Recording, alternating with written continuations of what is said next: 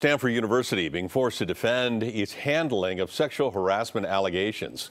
KPIX 5's Devin Fehely explains this case involves some former members of the wrestling team.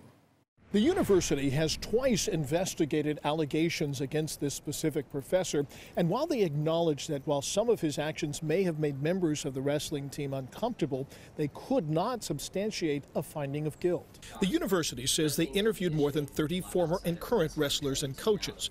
They acknowledge that the professor's behavior, allegedly staring at team members as they showered after practice, quote, made some wrestlers uncomfortable, but emphasized that they did not find, quote, sufficient evidence of a violation of Stanford's sexual harassment policy. It's very hard to square the university's conclusion with the really disturbing allegations that were reported. The university says they originally investigated the professor back in 2010 after wrestlers complained at the time. That earlier investigation did not find evidence of a violation either.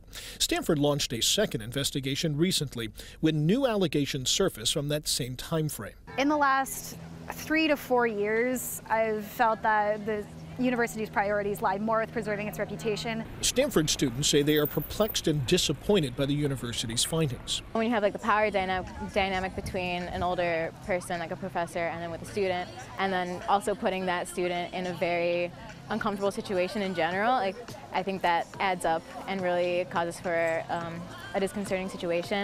The university says the professor adamantly denies his behavior was sexual or inappropriate. I think that behavior can be sexual harassment or sexually inappropriate just from looking without touching, particularly when the looking is occurring naked in the shower. Professor Dopper says that what the university needs is a system of greater accountability and transparency.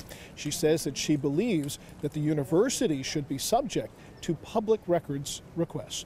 At the Stanford campus, Devin Fehely, KPIX 5.